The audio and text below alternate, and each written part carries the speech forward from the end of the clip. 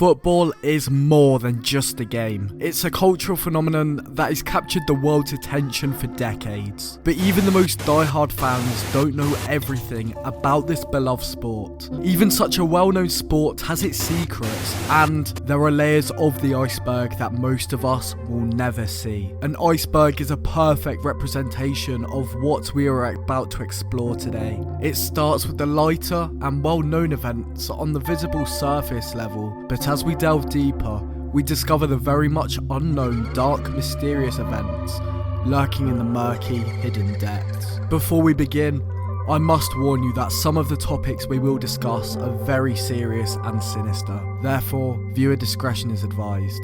Let's get started. Surface level. Hand of God.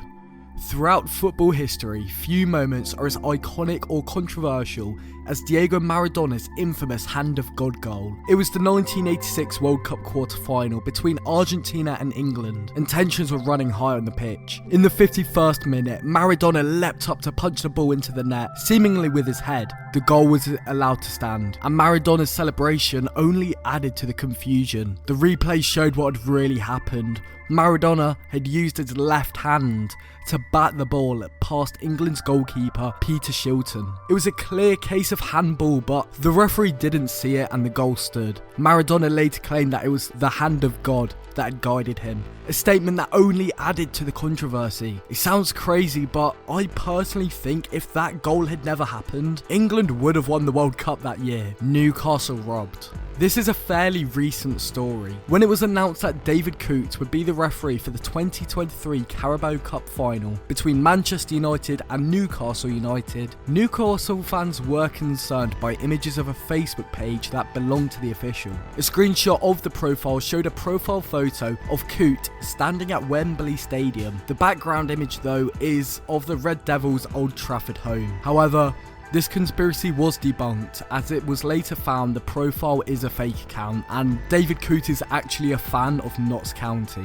FIFA cover curse. For years, fans of the popular video game franchise have speculated that those appearing on the cover of a FIFA game are doomed to experience injury, poor form or even scandal in the year following their appearance. Some say it's a mere coincidence, but others swear that the curse is real, and there are plenty of examples to back it up. Jack Wilshere after FIFA 12 was injured all season and did not play a single minute. Cristiano Ronaldo after FIFA 19 was accused of SA. Eden Hazard after FIFA 20 was injured for most of the season after €100 million move to Real Madrid and having arguably the worst season of his career. The list goes on and on. Man City 3, QPR 2. This game is famous for being the one where Balotelli assisted Sergio Aguero to win Man City the Premier League title. Shocking allegations suggest Man City resorted to bribing key players during this crucial match against QPR. Joey Barton, a man previously charged with betting, had been sent off. Paddy Kenny conceded 3 arguably savable goals, QPR kicking the ball away to Man City so they could then score a last-minute winner. And the fact Cisse, a QPR player, was celebrating with the Manchester City players at full time, it definitely looks a bit sketchy, and even Wayne Rooney has publicly stated he finds it strange that the Aguero goal happened the way it did. I don't think the game was fixed, as QPR did hold a good game and they were just pleased to survive relegation. But do keep watching, as later in the video we have a very peculiar story about ex-Man City player Balotelli. Lasagna Gate. Lasagna Gate is the informal name given to the events of the 6th and 7th of May 2006 when 10 members of the Tottenham Hotspur squad were struck down with illness on the eve of one of the biggest matches in recent Spurs history. Spurs only had to match Arsenal's result in order to qualify for the UEFA Champions League. Moreover, Spurs were staying at the Marriott Hotel while Arsenal's players were conveniently staying at the neighbouring Four Seasons Hotel. With 10 players violently sick, Tottenham tried to postpone the game, but it was not possible, and they ended up losing 2-1 to West Ham. Meanwhile, Arsenal beat Wigan 4-2, securing their place in the Champions Champions League ahead of Tottenham. Although the hotel was cleared of any wrongdoing, it didn't stop mischief makers suggesting an Arsenal-loving chef had tampered with the lasagna that floored 10 of the Spurs squad. One even claimed Arsene Wenger himself was behind the flawed Italian favourite. Jermaine Defoe, meanwhile, pointed the finger at his former club, telling a news source, "I thought, something has definitely gone on here. One of the West Ham lads has done something to the food." Vitaly ZDTV. One of the strangest conspiracies so far. The 2014 World Cup final was a big deal, with Germany and Argentina battling it out for the trophy. Both teams were sponsored by Adidas, which made for an interesting dynamic given the fierce competition between Adidas and Nike. According to rumours, Nike wanted to get in on the action and generate some buzz by paying popular YouTube star Vitaly Zorovetsky to run onto the pitch wearing Nike boots and socks. This would have been a bold move by Nike, as it would have basically been a marketing stunt designed to steal some of Adidas' spotlight on one of the biggest and most watched football games of that year. However, there's no solid evidence to support this claim, and it's also worth noting that running onto a field during a major sporting event is illegal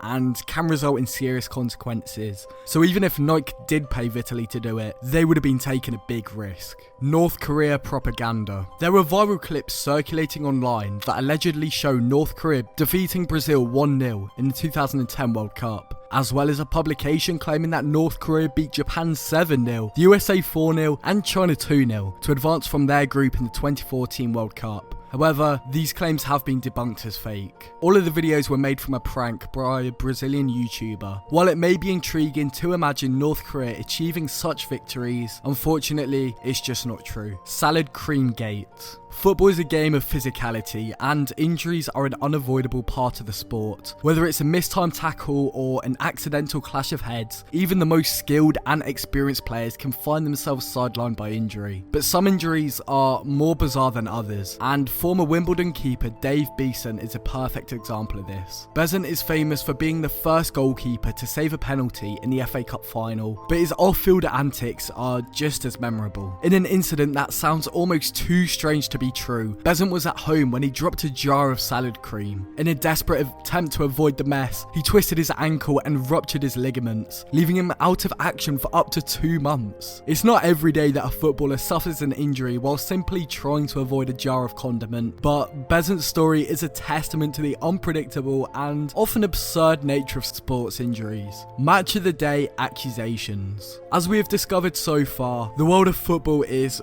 full of conspiracy theories, but a few are as intriguing as the idea that match of the day commentators already know what's going to happen during a game. Despite being shut down by host Gary Lineker, this theory continues to make the rounds among fans and skeptics alike. The accusation is that commentators actually record their voiceovers in a studio after the match has already taken place, giving them inside knowledge of what's going to happen on the field. This would explain why they often seem to predict the future with eerie accuracies, such as when they mention a defender going up for a corner and then that same defender goes on to score. While it's easy to dismiss this theory as nothing more than a baseless conspiracy, it's also hard to deny the uncanny accuracy of some of the commentators' predictions. Could it be that they really do have insider information, or is it simply a matter of experience and intuition? Regardless of the truth, the idea that match of the day commentators have some sort of secret advantage only adds to the intrigue and excitement of the beautiful game. Balotelli bully. Ex-Manchester City player Mario Balotelli spotted a young boy sitting alone outside the team's training ground. The boy had been waiting for hours to meet his favourite player but had not been able to get Balotelli's attention. Balotelli stopped his car, approached the boy and spent some time talking to him. Later, Balotelli found out that the boy had been bullied at school for being an outsider. Balotelli then went to the boy's school, talked to the headmaster about bullying, and spent the afternoon with the boy, playing football and talking to other children at the school. The incident was widely reported and showed a different side of Balotelli, who was often criticised for his behaviour on and off the field. It also highlighted the impact that footballers can have on their fans, especially young ones. Harvey Elliott.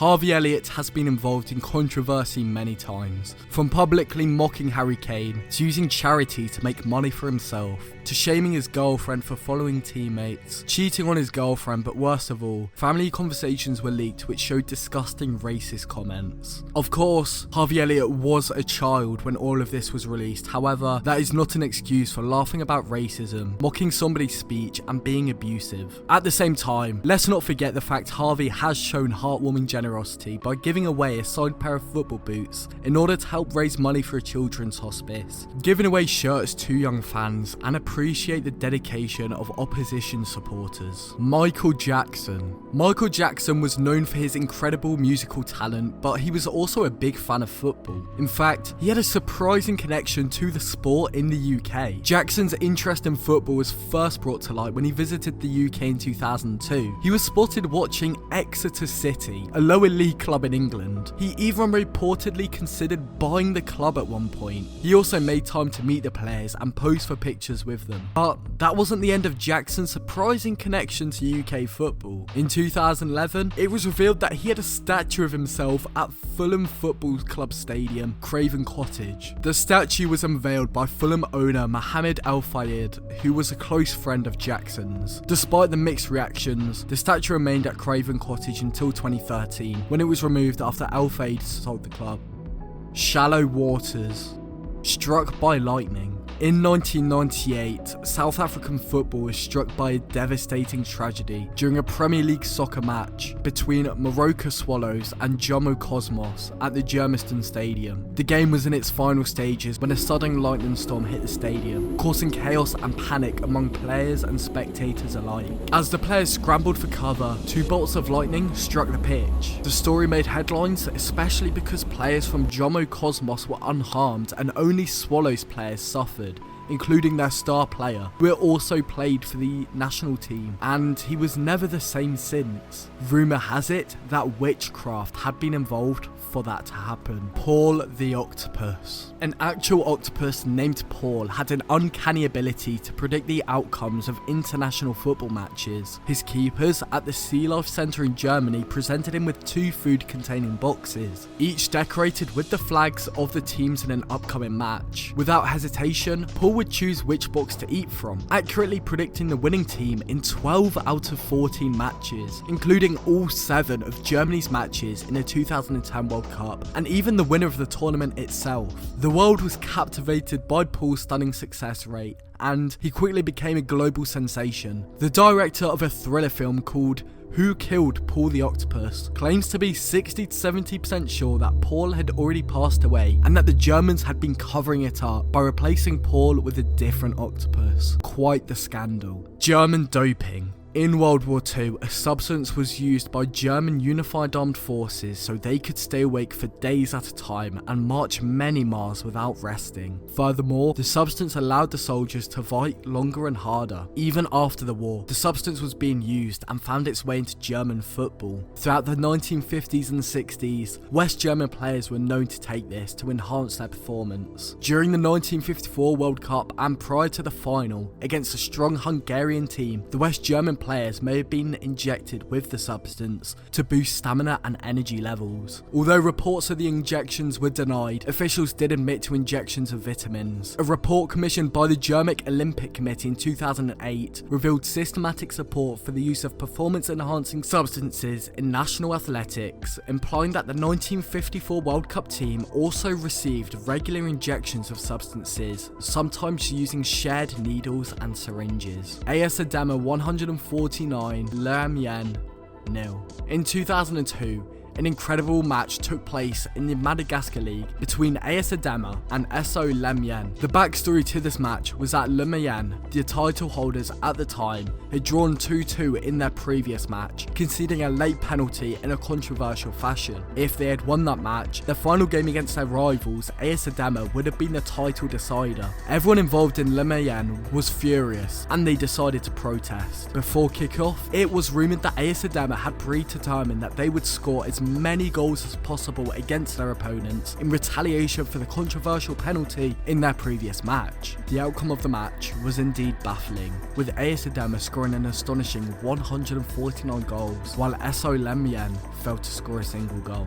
The Madagascar and Football Federation were outraged by this display of unsportsmanlike behaviour and banned the coach involved at Lemien for 3 years, along with 4 players who were banned until the end of the season. One of the players banned was the goalkeeper, who was at the time the national team captain. This match is now known as the most baffling scoreline in football history. Blinded by gas. It's the ultimate South American football showdown, River Plate versus Boca Juniors in the Copa Libertadores. As the game progresses, tensions rise and the atmosphere becomes charged. It's a close match, with both teams playing fiercely, but at half-time, things take an unexpected turn. Suddenly, the River Plate players are seen streaming out of the tunnel, coughing and rubbing their eyes. It becomes clear that they've been tear-gassed in the tunnel. The chaos gets worse as players and coaches scramble to regain their composure and assess the damage. Meanwhile, the game is temporarily suspended, and as the smoke clears, the true extent of the situation becomes apparent. Players are visibly shaken, but the game must go on. Despite the setback,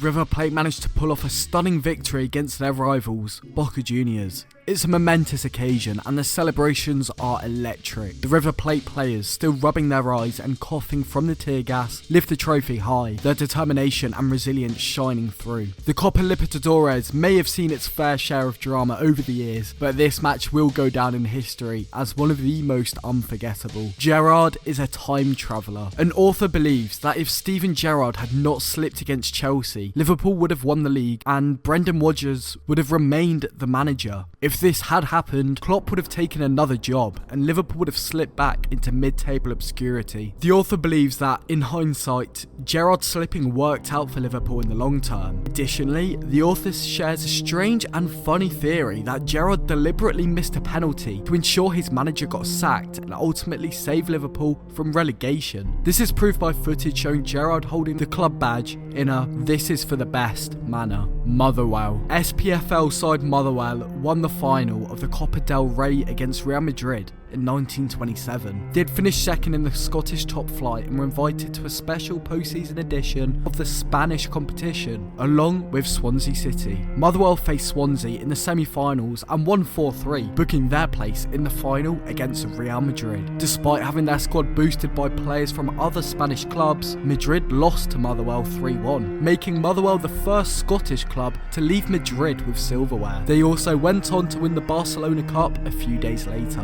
Missing Wonder Kid. There are not many well-known North Korean players. However, in recent years, the North Korean Football Federation made a deal with the Spanish academy called Techno Football CF to train their players. One of the talents to emerge from this program was Han Kwang-song, a striker who played in Italy. On the 2nd of January 2020, Juventus bought Han from Cagliari for €3.5 million, before selling him to Qatari side Al Dahail 6 days later for €7 million.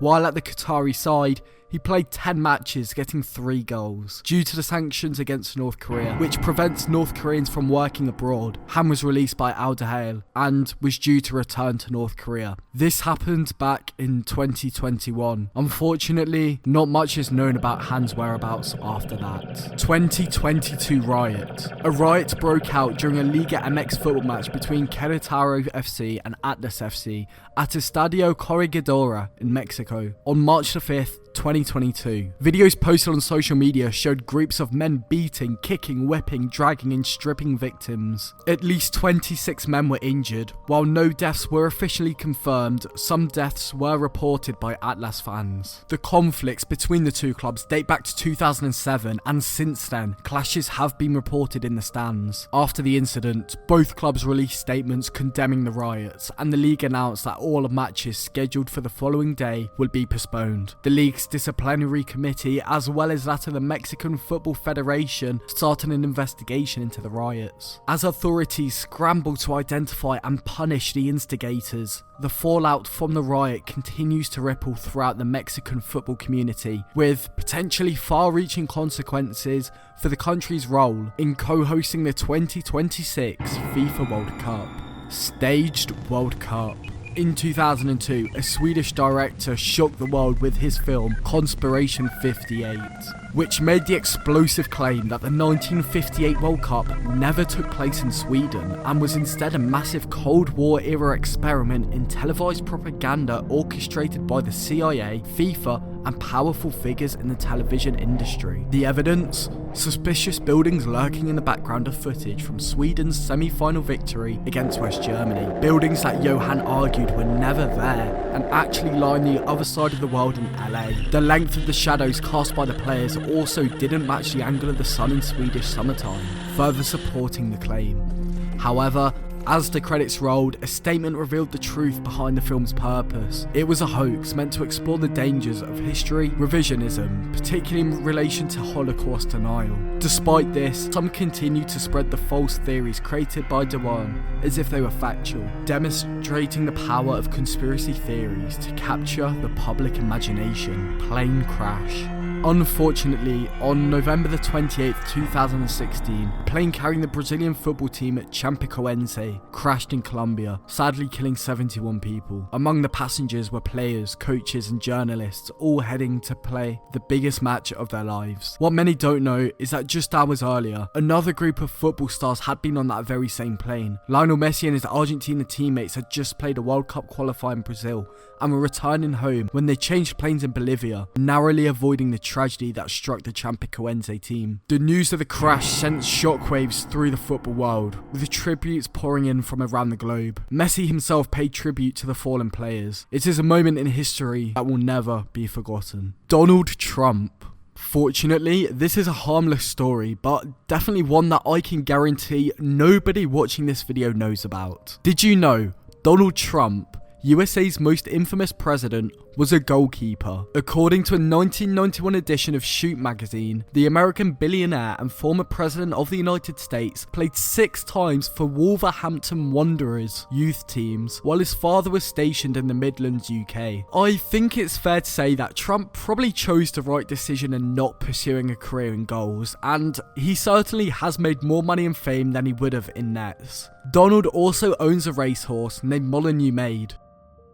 The depths. Indonesia stampede.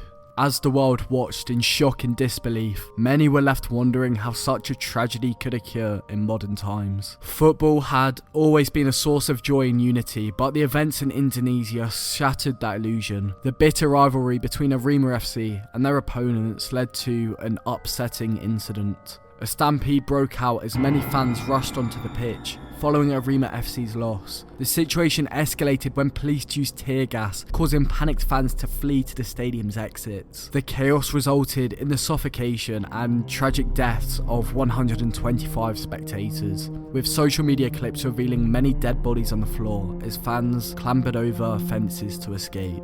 Fatal joke. Luciano Recocchini was a talented midfielder who played for the Italian football club Lazio in the 1970s. He was known for his sense of humour and often liked to play pranks on his friends and teammates. One day in 1978, while walking through Rome, Recocchini entered a jewellery store and shouted, "Stop, this is a robbery." Everyone in the store froze, including the owner, who believed the midfielder was serious. In a panic, the store owner pulled out a gun and shot Recocchini, who was mortally wounded. As he lay, dying on the floor, Recocchini tried to explain that it was all a joke, but it was too late.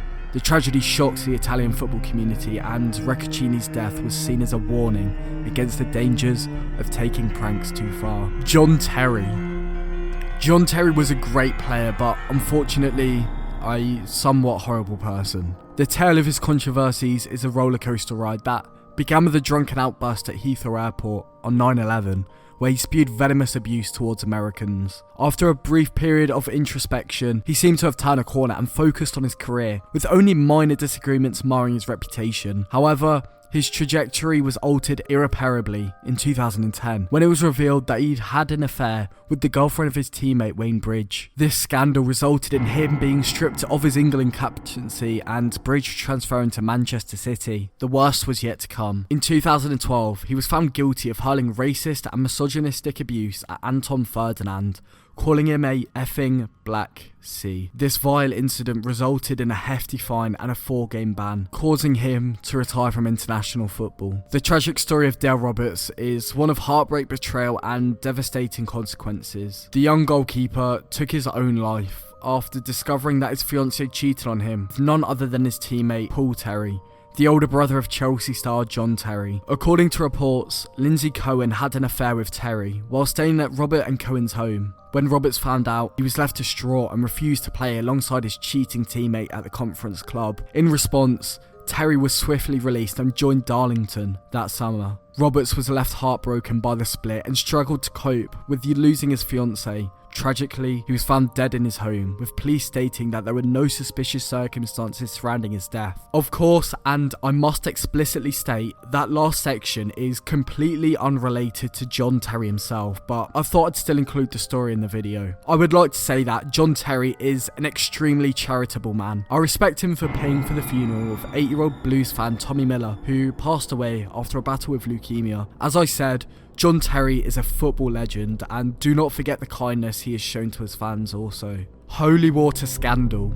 The holy water scandal took place during the 1990 World Cup quarter-final match between Argentina and Brazil. The incident was widely reported in the Brazilian media after the match. It was claimed that Argentina's goalkeeper, Sergio Goycochea, had been given a water bottle by a member of his team's coaching staff during the match that contained a sedative substance. The substance was believed to have been added to the bottle in order to calm Goycochea's nerves and help him perform better during the penalty shootout that followed the match. Brazil had dominated the match, but it ended in a 0-0 draw, and the match went to a penalty shootout. Goycochea saved 2 of Brazil's penalties, and Argentina won the shootout 1-0 to progress to the semi-finals of the tournament. The allegations of a spiked water bottle caused a scandal in Brazil, with many fans and pundits accusing Argentina of cheating. However, no concrete evidence was ever presented to support the claims, and the incident remains shrouded in mystery. Despite the controversy, Argentina went on to reach the World Cup final, where they were defeated by West Germany. Romain Molina.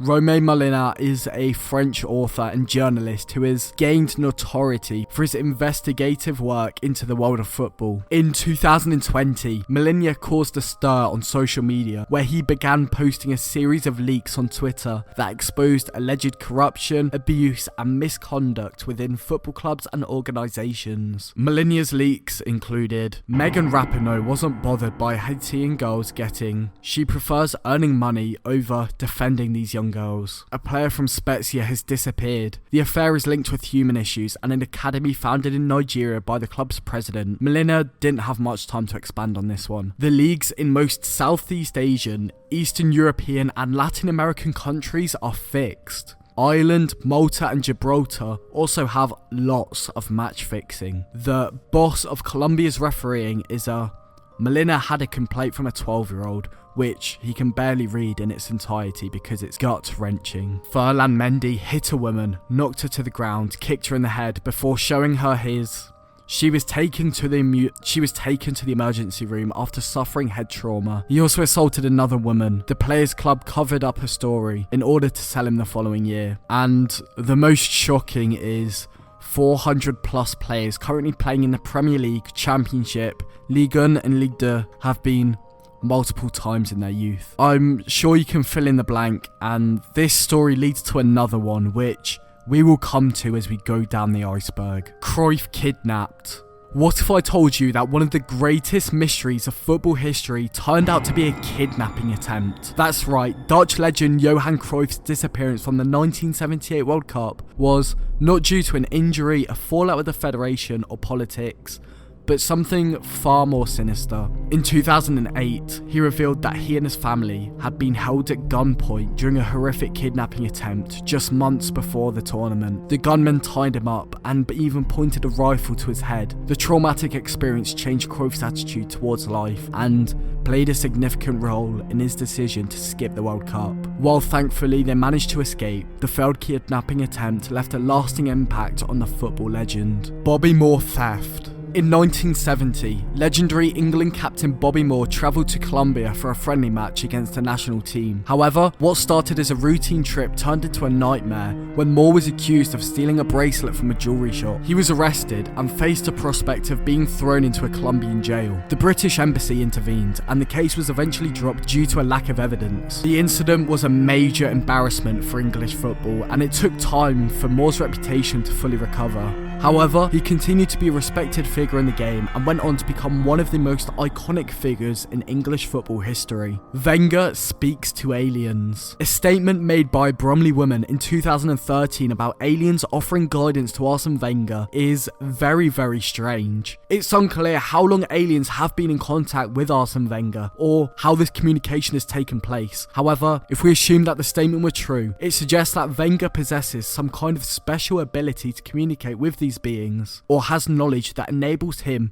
to receive their guidance. The suggestion that the Greys may have been the secret behind Wenger's Invincibles is intriguing. For those unfamiliar, Wenger led Arsenal to an unbeaten season in the English Premier League in 2003 to 2004, which is a remarkable achievement in the highly competitive world of professional football. Wenger also compared the suggestions of him signing Julian Draxler in 2013 to UFO sightings. Ibrox Stadium.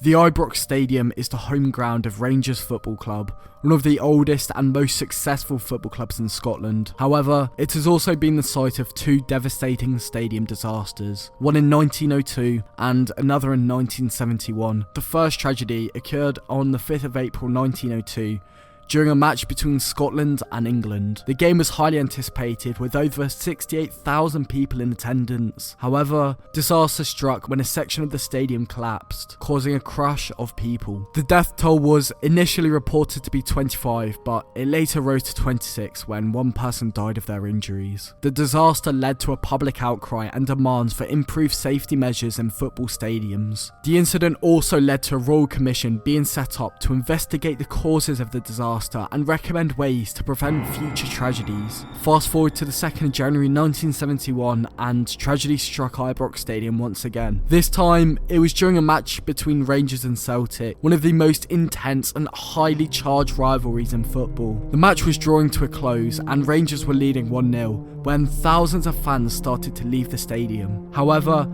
as they made their way down a stairway, it became overcrowded and people started to fall. This led to a deadly crush and 66 people were killed, with over 200 others injured. The disaster led to widespread shock and anger, and it again raised questions about stadium safety. The Scottish government ordered an inquiry into the tragedy, which ultimately led to the introduction of new safety regulations for football stadiums in Scotland. The Ibrox disasters of 1902 and 1971 remain two of the worst tragedies in the history of Scottish football. Zaire 1974. I'm sure you are familiar with this funny moment in World Cup history, but the story is far from comical. The stage was set for a free kick that could have been a game changer in the 1974 World Cup match between Brazil and Zaire. With only a few minutes left on the clock, Brazil's star players Revelino and Jairzinho were poised to take a shot at goal. But what happened next would go down as one of the most bizarre and misunderstood moments in World Cup history. As the Brazilian duo prepared to strike the ball, Zaire's Mwepu Ilunga rushed forward and booted the ball away. A moment which the late and legendary commentator John Motson called a bizarre moment of African ignorance. Many people watching the game assumed that Ilunga was simply ignorant of the rules of the game. However, the truth was far more sinister. Back in Zaire, Marshal Mobutu, the country's totalitarian leader, had been so humiliated by his team's previous 9-0 defeat to Yugoslavia that he threatened to deport the entire squad if they lost by more than 4 goals to Brazil. So, Ilunga's strange action was actually a desperate attempt to prevent his teammates from suffering the consequences of Mobutu's wrath. It was a strange and tragic moment that highlighted the intersection of football and politics, and the often terrible consequences that can result when the two are intertwined. Ilunga's action may have seemed like ignorance, but it was actually a desperate act of self-preservation in the brutal political climate. The Abyss. Ghana disaster. The night of May the 9th, 2001 will forever be etched in the memories of football fans in Accra, Ghana. It was a night of intense emotions and high stakes as the two most successful football clubs in Ghana, Accra Hearts of Oak and Asante Kotoko, faced off in a highly anticipated match. Asante Kotoko were leading the game 1-0, but in the dying minutes, Accra Hearts of Oak scored 2 late goals to snatch victory from the jaws of defeat. This turn of events did not sit well with the Asante Kotoko fans, who became increasingly agitated and began throwing plastic seats and bottles onto the pitch. In response to the unruly behaviour of the fans, the police fired tear gas into the crowd, triggering a stampede as fans tried to flee the gas. Unfortunately, the stadium's inadequate design with fewer exits than originally planned proved to be a deadly trap for many of the fans. After an hour-long ordeal, 126 people lost their lives, leaving the entire country in shock and mourning. The tragic event was dubbed a grave disaster and led to the indictment of 6 police officers on 127 counts of manslaughter. To one of the victims, a bronze statue was erected outside the stadium, depicting a fan carrying another fan to safety. And to this day, fans who attend matches at the stadium chant "Never Again" to remind themselves of the fateful night that changed the course of Ghanaian football forever. Zambia 1993. On April the 27th, 1993, most of the Zambian national football team perished in a plane crash en route to the 1984 World Cup qualifier against Senegal. The flight, which was carrying the team, had a number of defects, including carbon particles in oil filters, disconnected cables, and traces of heating in the engine. Despite these defects, the flight went ahead as scheduled, with 3 refueling stops planned along the way. However, during the second stop in Libreville, Gabon, the left engine caught fire and failed, and the pilot mistakenly shut down the red engine, causing the plane to lose all power and crash into the Atlantic Ocean. All 30 passengers and crew, including 18 players, the national team coach and support staff, lost their lives in the accident. The investigation later revealed that pilot fatigue and a faulty warning light contributed to the tragedy. The members of the national team who perished in the crash were buried in Heroes Acre, just outside the Independence Stadium in Lusaka. A new team was quickly assembled, and in 2012, Zambia won the Africa Cup of Nations in Libreville, only a few hundred metres inland from the crash site. The victory was dedicated to those who lost their lives in the tragic event, serving as a testament to their legacy and an indomitable spirit of the Zambian people. The Silent Killer. This title refers to the story of Andrew Durante. The story of Andrew Durante is both fascinating and unsettling. It's hard to imagine the shock and confusion that must have ensued after he was shot during a trial game for the Sydney Olympic reserve team. The fact that he was able to escape serious injury is truly remarkable, and it's amazing to see how far he went into his football career despite this traumatic experience. It's unfortunate that the perpetrator was never found, but it's not surprising given the circumstances. It's alarming to think that someone could be so reckless and dangerous with a firearm, especially in a public setting. The fact that another shooting was reported at a nearby golf course on the same day only adds to this sense of unease. Despite the disturbing nature of this story, it's important to remember that incidents like this are rare. Most people who play in sports or engage in other public activities do so without incident. It's also worth noting that Andrew Durante was able to overcome this traumatic experience and achieve great success in his career. Deathmatch.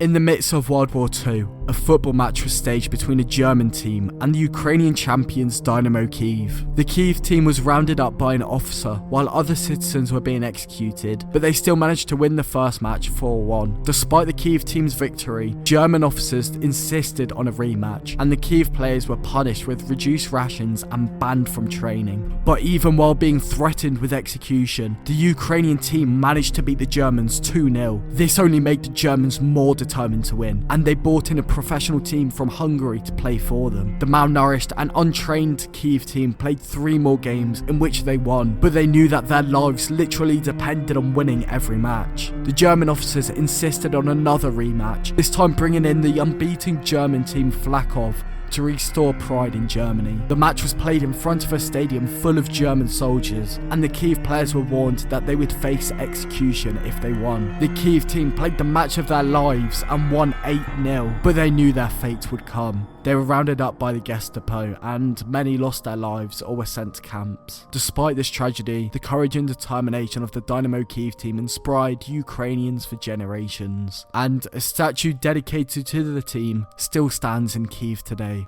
Barry Bennell.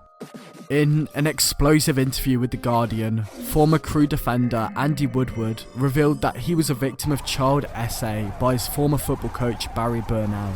In the 1980s, this one interview set off a chain of events that led to one of the biggest scandals in UK football history, the UK Football SA scandal. The investigation, which took place from late 2016 through to 2019, looked into allegations of former coaches and scouts in the 1970s, 80s and 90s, taking advantage of their situation and SAing young footballers. The investigation revealed that not only Bennell, but also George Ormond, Eddie Heath and Bob Higgins were involved in the abuse of young footballers. The scale of the scandal was shocking, with 849 alleged victims and 2,807 incidents involving 340 different clubs throughout the UK. By the end of 2021, 16 men had been charged for historical SA offences and 14 had been convicted. The investigation raised questions about institutional cover-ups and even the possibility of a ring operating within football. Bennell, who was never convicted, remains one of the most haunting figures of the scandal, with hundreds of people's lives being forever haunted or destroyed by his actions. The lack of safeguarding at multiple football clubs has left a dent in English and Scottish football history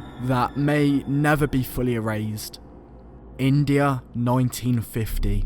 India, which had been invited to participate in the 1950 FIFA World Cup, did not play in the tournament for several reasons. One reason was that the All India Football Federation had a dispute with FIFA over whether they could play barefoot or not. At that time, most Indian players were accustomed to playing barefoot, which was not the norm in international football. FIFA insisted that the Indian team wear boots, but the AIFF refused to comply, citing financial constraints as well as the players' lack of experience playing in boots. Another reason was that the AIFF felt that they were not ready to compete at the international level. India had only recently gained independence, and the country was still struggling with poverty and social issues. The worst disaster. It was supposed to be a routine football match between Peru and Argentina, but it turned into statistically the worst disaster in the history of football. On May the 24th, 1964, chaos erupted at the Estadio Nacional in Peru. The referee's decision outraged the Peruvian fans who invaded the pitch. In response, the police fired tear gas into the crowd, causing a mass exodus. But what happened next was unimaginable.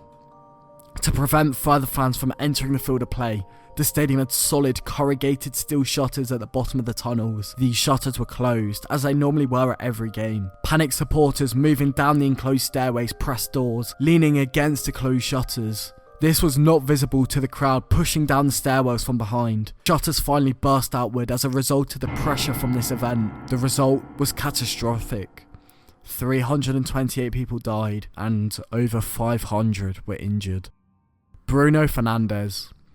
This story is not about the Portuguese midfielder. In Brazilian football, Bruno Fernandes was a star goalkeeper for the legendary Flamengo team. But in 2010, Bruno Fernandes de Souza made headlines for the worst possible reasons. Convicted of murdering his partner, Elisa Samudio, the shocking details of the case emerged in court. Elisa had refused to have an abortion after learning she was pregnant with Bruno's child, leading to a bitter breakup. But when she later sued Bruno for not supporting the child, she disappeared without a trace. Eventually, her remains were found, some buried under concrete, others fed to Bruno's dogs. In 2013, Bruno was sentenced to 22 years in prison, but in a stunning turn of events, he was released under amnesty in 2017.